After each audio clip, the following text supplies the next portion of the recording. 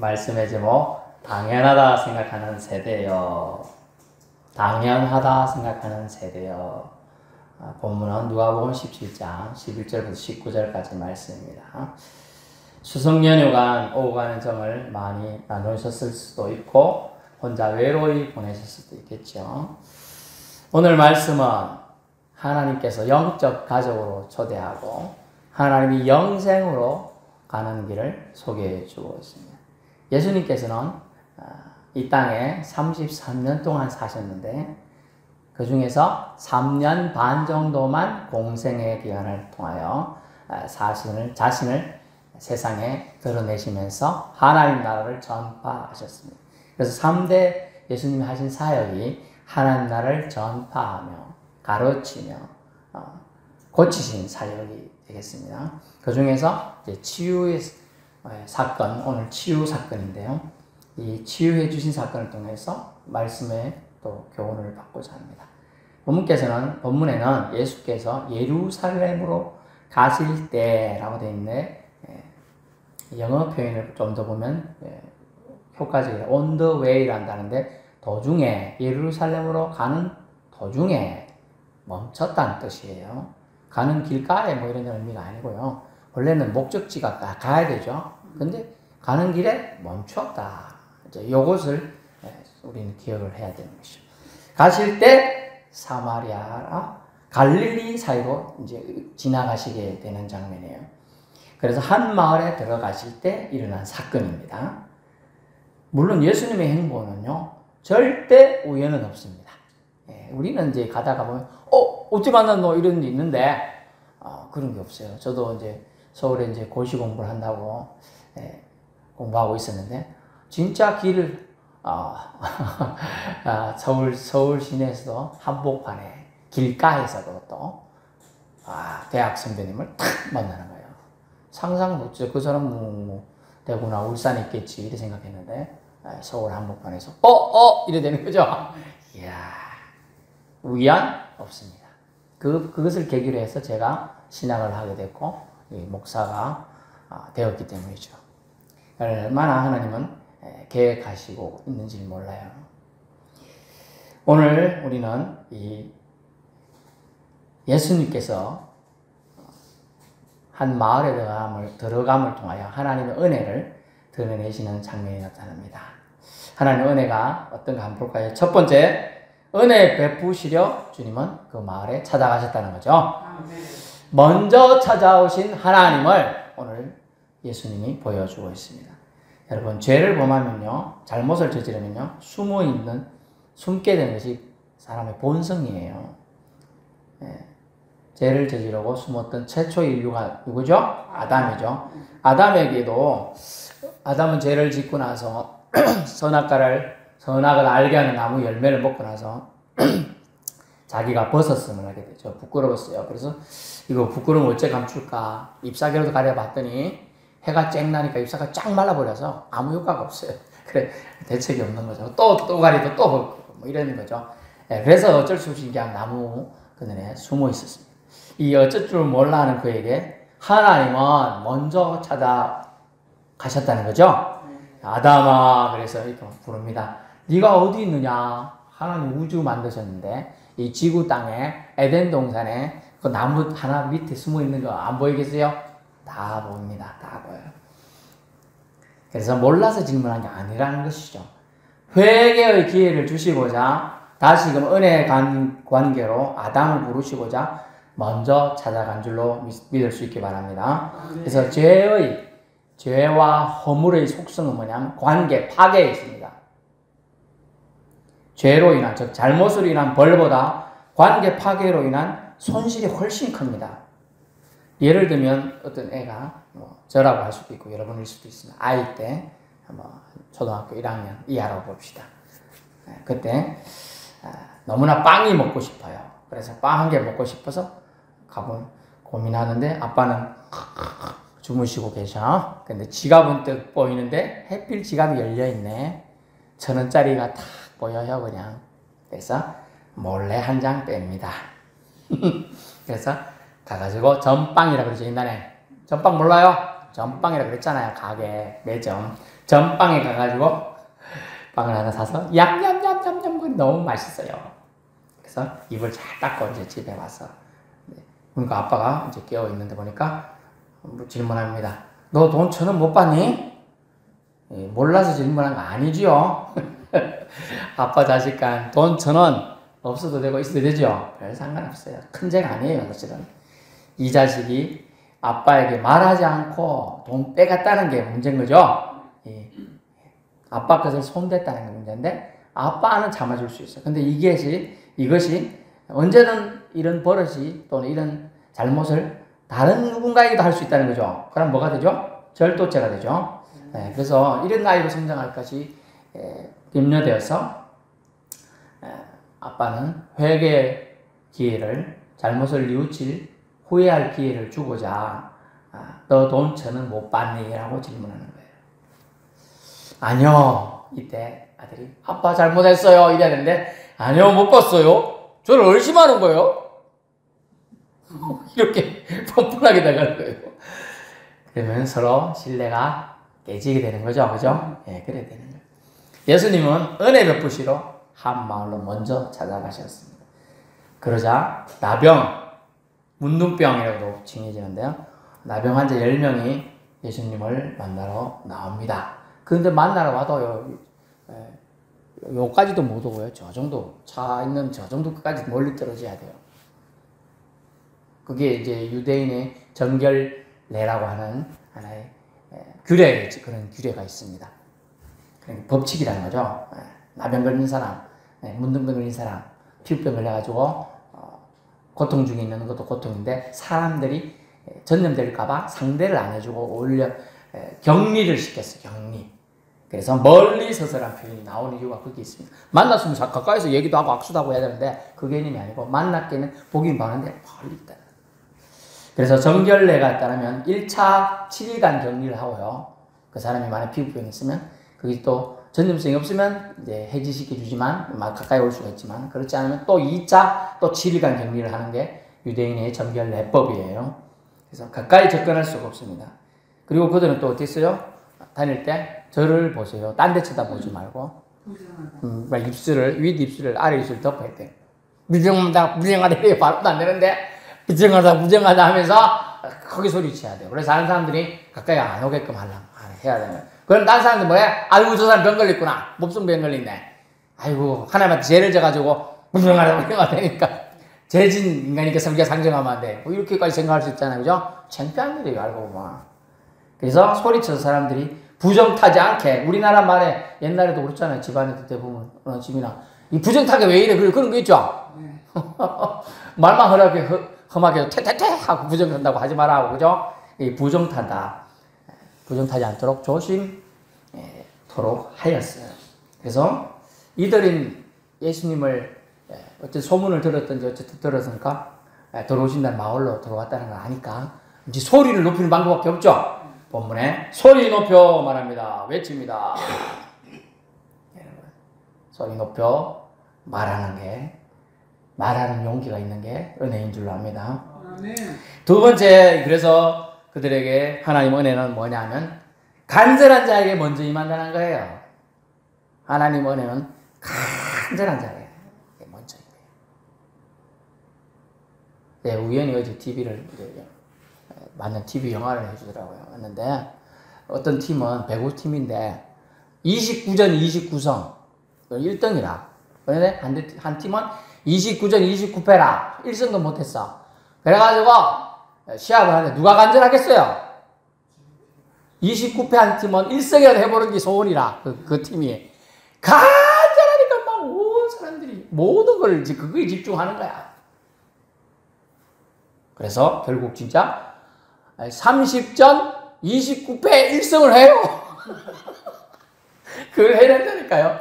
간절하니까 되는 거 간절하니까. 여러분 우리는 삶의 자리에서 얼마나 간절하게 하나님 은혜를 구한 때가 얼마나 됩니까? 나병 환자들은 자신의 처지를 비관하고 삶을 포기하고 싶었을 때가 많았을 것 같아요. 저도 여러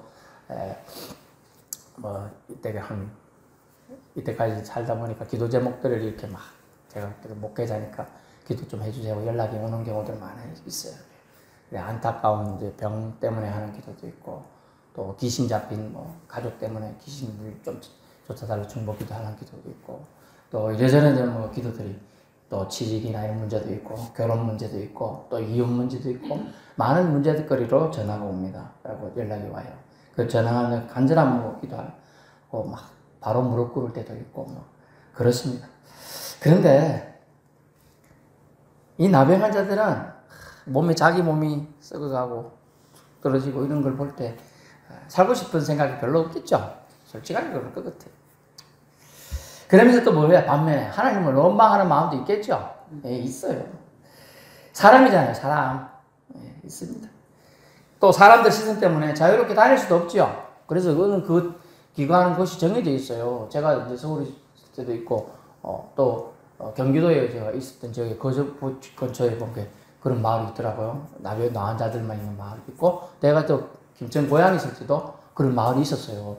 그래서 일부러 친구랑 만나, 친구 집 저긴데, 이래 가자니까 친구가, 그 말로 지나가면 안 된다고 빙돌 가자 하더라고요. 그런 경우가 옛날에 있었어요. 그래서, 뭐 때문에 그러냐니까, 여기 그런 병들이 있는 사람이 있기 때문에, 이쪽 들어가면 안 된다는 거예요. 우리나라도 지금 그랬다는 거죠. 그렇게 되니까 얼마나 많은 삶의 제약들이 또 그들의 삶 가운데 한계들이 있었겠습니까? 나병 때문에 아마도 고통 중에 있을 건 환한 현실이었을 겁니다. 그래서 근데 이 마을에 지금 이방인도 유대인도 같이 한 마을에 있었던 걸 보여요. 마지막에 이 이방인 외에는 이 표현으로 봐서는 유대인도 많이 있었다는 얘기죠. 네, 그런 얘기니까 같이 한 마을에 있었는지 보입니다. 이런 그들에게 예수님은 어쨌냐? 찾아가셨죠. 첫 번째 오늘 얘기했잖아요. 은혜를 베푸시러 하나님은 먼저 고통 중에 있는 사람을 찾아가신다. 그게 은혜입니다. 그 은혜가 지금 여러분에게 지금 다 있는 거예요. 아멘. 그래서 예수 믿게 된 거죠. 두 번째는요. 간절한 자에 먼저 임한다 그랬죠. 간절한 자.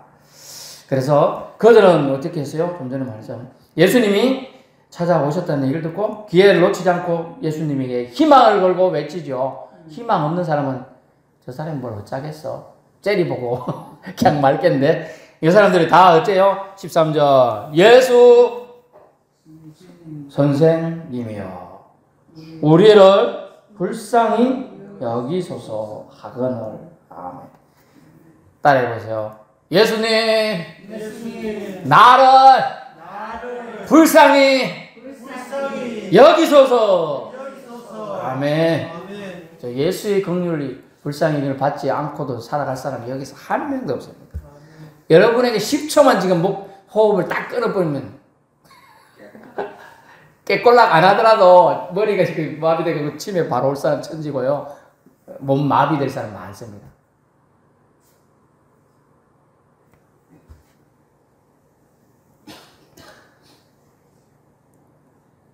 예수 선생님이여 우리를 불쌍히 여기소서. 지푸라기 하나라도 붙잡으려는 것이 간절한 자들의 마음입니다. 그렇죠? 아무도 자신을 상대해주지 않는 자신들에게 더 이상 소망은 없기 때문이죠. 이래 살다 죽을 날만 기다린 자들에게 예수님이 찾아오셨다는 것은 광명한 소식인 것입니다. 소문으로만 듣던 그분의 은혜가 나에게도 일어날 기적, 치유의 기적이 일어날 수 있지 않을까 하는 작은 믿음의 불씨가 있었습니다. 그래서 그들은 예수님이 혹 못 들어오실까봐 이거 들어가 보니까 나 환자들이 있는 마을이나 나가실까봐 그런 염려도 있을 수 있겠죠. 그래서 큰 소리로 외쳐 부른 겁니다. 예수님, 선생님, 우리를 불쌍히 여겨 주시옵소서. 그렇습니다. 간절한 자, 기회가 없는 자. 예수님이 지나가 버리면 기회는 놓쳐버리죠. 간절한 자라. 그래서 기회를 붙잡지 않으면 안 되는 거죠. 예수님이 지나쳐 가서 못 들으신다면 기회가 사라지는 거잖아요. 그래서 그 간절함을 담아서 소리 높여서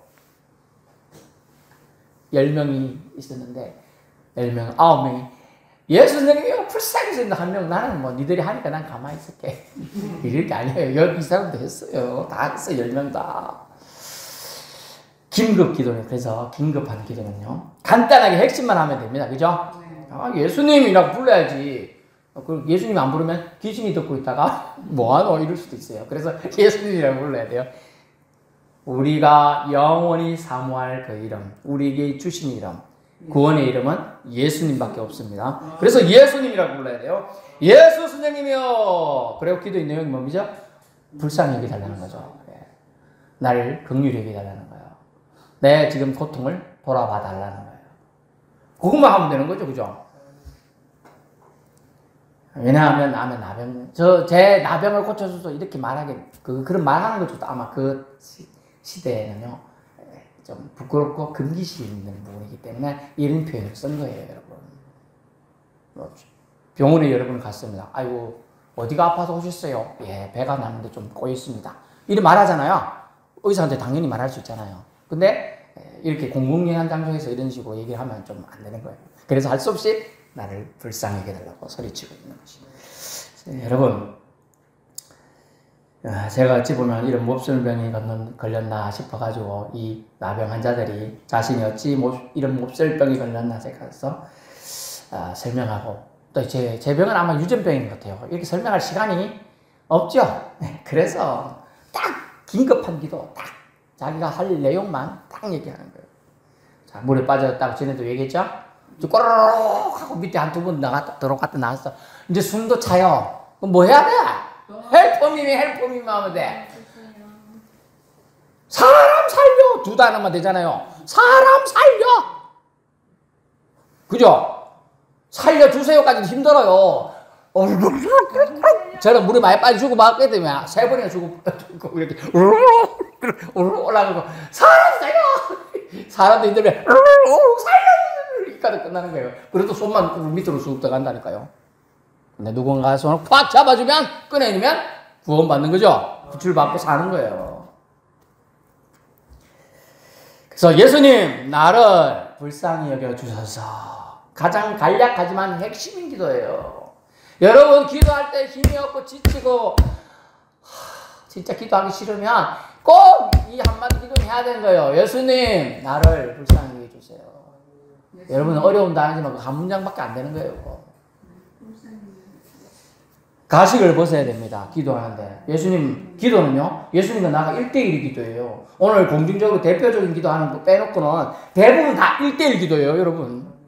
따라서 구원은 1대1이다. 1대1이에요. 가식을 벗어야 돼요. 그래서 창조주 앞에 우리의 가식은 아무 소용이 없어요. 그래서 우리가 하나님 찾는 이유를 하나님은 알고 계십니다.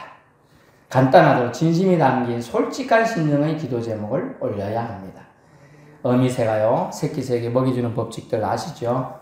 예, 입 크게 벌린 새끼부터 먹이를 준다고 해요. 입을 크게 벌려요. 배고픔의 간절함이 입 크기에 달려있다는 거죠. 어미새도 그 기준을 준다는 겁니다. 우리 피조물의 간절함은 소리에 달려있어요. 하나님 만날 기회 없는 자에게 만날 수 있는 기회는 일생일대의 사건입니다. 이때 체면치레 필요 없습니다. 다 내려놓고 소리 높여 주님 이름을 불러야 하는 것입니다. 예수여 나를 불쌍히 여겨 주시옵소서. 이 기도 예수님은 14절 해보세요. 어째요? 14절에 그렇게 말하니까 사람들이 14절 보시고 이르시되 소리가 들리니까 큰 소리로 막 10여 명이 했으니 좀 그래도 좀 크게 들리겠죠? 10여 명이 합창하듯이 들렸어요. 그래서 보는 거예요. 그들의 상태를 싹 훑어보셔요. 그래서 아마 모두들 간절함으로 나아오고 외쳤던 것으로 보였을 겁니다. 좀 멀리 있었지만 예수님이 30대 초반이니까 눈이 저와 여러분보다 좋았겠죠? 그래서 보였을 거예요. 가끔 만나면 이제 목사님들도 보면 70대가 다 되신 목사님도 있고 60대도 있고 50대도 있고 30대도 있거든요. 30대는 거의 후반이지만 근데 눈이 누가 좋겠어요 제일? 안경 쓴 사람이 제일 좋지 뭐. 아니 농담입니다. 실제로 젊은 분이 눈이 좋잖아요. 우리는 안 보여. 근데 저기 보인다고 하더라고요. 그리고 우리는 잘 안 들려. 저도 50대 이제 좀 많이 넘어가니까. 근데 젊은 20대 우리 애들하고 다니면요. 뭔 소리가 들린대.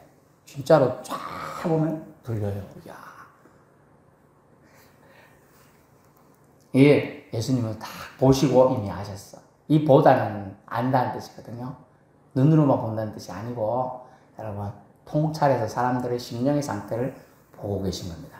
여러분, 간절한 자만이 하나님의 은혜가 그에 임하는 거예요. 쟤는 아직 덜 됐다 하고 넘어가는 거예요. 우리가 농담 삼아 웃기는데 밥을 해줄 때 밥 투정을 하고 그냥 지가 배가 덜 고파서 저러지 이놈이. 굶어봐라! 그죠? 굶어봐라. 아니, 먹을게. 이제 그래야 되는 거예요. 그래서 예수님은 보시고 그들의 간절함들을 아마 다 살펴보셨던 거예요. 그래서 예수님은 뭐라고 했느냐 하면, 이리 와봐라. 이것도 아니고요. 뭐, 이게 딱 얘기도 안 하고요. 딱 봐요. 가서 제사장들에게 너희 몸을 보이라 하십니다. 아멘. 아니, 진짜, 예수님은 아 하면 어 하고 다 알아들으시는 거예요. 나를 불쌍히 여기달라 했잖아요. 그분들이, 그죠? 1명 나은 자들이, 뭐, 하여튼 병자들이 그렇게 얘기했는데. 그게 뭘 불쌍히 여기니까 내용을 말 안 했어, 사실. 그죠? 그런데, 보시고 한다는 얘기가 너희 몸을 보이라. 몸에 문제가 있는 사람들이잖아. 그죠? 그 몸 때문에 심령이 상한 사람들이에요. 여러분, 아마 정신이 똑똑하고, 맑은 사람도 몸이 계속 괴로우면 정신이 피곤하죠? 좀 몸 피곤해가지고 하고 잠 못 자고 막 이러니까 성질이 더러워지더라고. 성질이 더러워지고 짜증도 나고. 사람이 그걸 이제 신경쇠약이라고 그래요. 몸이 피곤함으로 인하여 계속 이제 정신이 상하는 걸 신경쇠약 증세라고 해요. 신경이 약해진다 그래요. 그래서 마음을 평온히 하세요. 이런 말들을 하는 이유가 거기에 있습니다. 너희 몸을 보이라 하셨습니다. 하나님이 이미 예수님이 그들을 고쳐주기로 작정하신 걸 볼 수 있죠. 그리고 바로 명령을 해서 벌써 가서 보이라고 말합니다. 그건 나았다는 증거라거든요. 나았다는 증거. 가던 중에 하나님의 능력이 나타났습니다. 10명 모두에게 기적 같은 치유가 일어났습니다. 아멘. 피부병, 나병이 나음이 느껴졌어요. 그래서 예수님은 하나님이십니다. 예수님은 하나님이십니다. 이것도요, 못 믿고 예수님은 하나님이라고 하면 이단이라는 사람들이 많아요. 성자 예수님이죠. 하나님이에요. 그런데도 불구하고, 하나님 보내신 자지 무슨 하나님일까? 이렇게 하는데, 여러분 믿을 수 있는 은혜가 여러분이 있길 바랍니다. 예수님이 말씀하시면 물이 변하여 포도주 됐네. 그죠? 가나 혼인잔치에 손님은 잔뜩 초대해놨는데 포도주가 떨어졌어요. 오늘날 말하면 아주 좋은 걸 대접해야 되죠. 잔치의 기본이 떡과 포도주예요. 근데 포도주가 떨어졌어. 그래서 방법이 없으니까 예수님이 물을 떠다 주라 했는데 물을 떠다 갖다 줬더니 한 개씩 떠다 주니까 포도주로 변하고 있네. 그래서 최고급 포도주로 변하고 기적을 예수님이 베푸셨습니다. 믿어지는 은혜가 또 있어야 되겠죠? 여러분에게는. 네. 그리고 예수님이 기머리가 왔을 때 기가 들려라 하니까 기가 들리고요. 맹인이 눈 떠고 싶어요 하니까 좀 웃기는 얘기인데 땅에 흙에 침을 태 받아갖고 그걸로 눈을 발라버려. 근데 아주 더럽고 여러분 솔직히 입냄새 없는 사람 몇 명 있어요. 입냄새 있겠죠? 그런데 침을 뱉었다 생각해보자. 그래 이거 이만큼씩 이거 요와 눈이 붙인 거야. 눈두덩에. 그래서 맨중 예수님 뭐라 그래요? 나무 같은 것들이 걸어다니는 게 보입니다. 그게 뭡니까? 사람 다리죠? 네. 그래서 그거 조금 더 지나니까 사람이 온전히 보이는 거예요. 눈도 뜨게 하는 거예요. 여러분 사람이 눈을 뜨게 한 거예요. 날 때부터 맹인인 사람을요. 사람이 돼요? 아니죠. 하나님이 하신 겁니다. 이 간질병도 떠나가고요. 귀신도 쫓겨가고요. 오늘은 나병 환자 10명의 나병이 치유되는 기적이 일어난 것입니다. 할렐루야. 15절 보세요. 그러나 그들 중 한 사람이 자기가 나은 것을 보고 큰 소리로 하나님께 영광을 돌립니다. 할렐루야. 마마 이렇게 했던 것 같아요. 할렐루야라는 뜻이 여호와를 찬양하라 이 뜻이에요. 높인다는 뜻이에요. 칭송한답니다. 여호와 하나님은 하나님이십니다 이 뜻이에요. 그리고 예수님께 돌아옵니다. 16절 보세요. 예수의 발 앞에 엎드려 감사합니다. 우리는 그냥 엎드려 이렇게 돼 있지만 영어로 보니까 더 이 사람이 얼마나 자기가 병나는 기뻐하는지 표현해요. 뭐라고 하냐? 스루로 나요, 스루. 자기 몸을 던졌다! 여러분, 그냥 이게 맹맹하게 그 말씀을 보면 이해가 안 되는데, 이게 엎드리는데 우리가 무릎을 꿇잖아요. 이 사람은 너무 기뻐하고 와가지고, 저 사람이 와가지고 무릎을 땅바닥에 확 던져가지고 무릎 깨질 정도로 아프겠지만 던져서 무릎 꿇고 예수님께 감사를 영어로 보니까 땡스! 땡큐! 고맙습니다! 막 이럴 거예요, 지금. 그는 사마리아 사람이라 예수님 말합니다. 이방인에게도 주님의 은혜가 간절히 사모하는 자에게 흘러간다는 걸 보여주고 있는 대목입니다. 저와 여러분은 이방인이에요. 유대인 민족 기준에 따지면. 그리고 예수님은 엄청난 축복에 할 말씀을 하나 더 하시는데요. 셋째입니다. 하나님 은혜 셋째. 감사하는 자에게 구원을 선물로 주신다. 아멘. 10명 중에 인생, 즉 육체적인 저들의 구원은 받았습니다. 10명 모두 육체적으로 병이 나왔죠. 그 병에서 노인받았으니까 구원받았어요. 하지만 영적인 축복은 이 감사하는 자 한 명에게만 주어지게 된다고 지금 얘기하고 있어요. 그래서 감사가 시편 50편에 보면 감사로 제사를 드린 자가 나를 영화롭게 한다고 그랬어요. 하나님께 예배하는 자가 감사를 빼먹으면 하나님께 영광을 올려드릴 수가 없는 거예요. 그래서 감사가 얼마나 중요한 영역인지 몰라요. 17절 예수께서 대답하시되 10사람이 다 깨끗함 받지 않느냐 9은 어디 있느냐. 그러면서 감사치 않는 자들을 안타까워 하시는 대목이 나와요. 왜 다른 이들은 하나님께 영광 돌리러 돌아온 자가 없느냐 말씀하셔요. 이렇게 볼 것 같으면요, 예수 믿는 것 같아 보이도 10명 중에 1명밖에 구원을 선물로 못 받게 됐어요. 이 마지막 때 아마 이를 것이 아마 예표되고 있는 것으로 보입니다. 그래서 이후 감사로 영광 돌린 자에게 19절 뭐라고 합니까? 일어나 가라. 네 믿음이 너를 구원하였느니라. 라고 구원을 선포해 주셨습니다. 여러분 감사만 할 줄 알아도 세상 사람들은 참 예의 바르다 하고 사회성 좋다고 칭찬합니다. 하나님께서도 하나님이 주신 은혜에 감사한 이 이방인에게 하나님은 구원을 선물로 주셨다는 겁니다. 얼마나 놀라우죠. 선민도 아니잖아요. 이 이방인은요. 사마리아 사람이에요. 구원이 뭔지도 모르는 사람이에요. 사마리아 사람들은 알고 보면. 지옥을 향해 가는 사람들의 뜻이에요. 이 사마리아 사람이라는 이 표현은요. 지옥을 향해 가는 사람에게 주님이 감사를 하니까 구원받을 길을 열어주시고 구원을 선포해 주시는 거예요. 너를 구원하니. 그러면 잘 보세요. 네 믿음이 너를 구원했다 그러죠. 그러면 이 돌아와서 예수님께 감사를 표현하는 사람 믿음이 뭘까요? 따라하세요. 예수님이 하나님이심을 믿었다. 이런 능력을 행할 자는 하나님밖에 없다는 걸 믿는 거예요. 이 믿음이 이 사람을 구원한 거예요. 아멘. 이 믿음. 여기 사는 사람들 뭐라고 하고 해도 이 믿음 여러분 꼭 가지고 가야 돼요. 따라하세요. 나는 예수님이 하나님임을 믿습니다. 아이고 그래도 마음속에 조금 끓이면 믿겠다. 믿어야 돼요. 이 마음의 결단이 필요해요. 결단인데요. 결단인데 사실 다른 사람들 9명 가면서 기뻐하고 좋아하면서 갔겠죠. 제사장에 가니까. 그럼 제사장 어떻게 됐냐? 너 예수라는 사람이 와가지고 우리를 가라 해서 왔는데 뭐 나왔습니까? 오 그래 예수님 대단하다. 아이고 좋게 하나님께 영광을 돌려라. 그러니까 아마 그랬겠죠. 그 사람들. 그런데 예수님 바로 하나님 보내신 자 하나님 자신임을 믿고 돌아가서 감사를 표하는 거예요. 감사를 표한다는 뜻이 뭘까요? 그게 신앙 고백입니다. 고백이 그래서 필요해요. 성경에 나오죠. 뭐 마가복음 이제 찾아보시면 다 나오는데 여러분 요즘 인터넷으로 음성 기능을 딱 켜가지고 말하면 다 분리해줘요.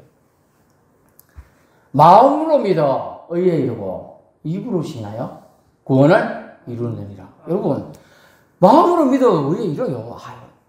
죄인에서 의인 될 수 있는 기회는 줘요. 근데 입술로 고백을 해야 되는 거야. 이 감사는 입술로 고백한 거죠. 고백이 그래서 엄청나게 중요한 거라니까요. 나 갖고만 있어. 내가 근데 안 갖고 있을 때 중요해. 근데 입술로 고백하는 거 엄청나게 중요한 거예요. 예수님이 하나님입니다. 당신은 무슨 사람? 나는 예수님 믿는 사람입니다. 고백하는 거예요. 근데 말하기가 좀 껄끄러우니까 주일날 교회 와서 예배 드리는 거예요. 그게 세상 사람들이 아, 저 사람 예수 믿는 사람이구나 구분해주는 표거든 그게. 다른 데 안 가고 주일날 예배 드리러 저 사람 예배 드리러 가네? 그게 우리가 행동으로 보여주는 믿음의 고백인 거예요. 그리고 더 나아가서 믿음의 고백으로 우리가 뭐해요?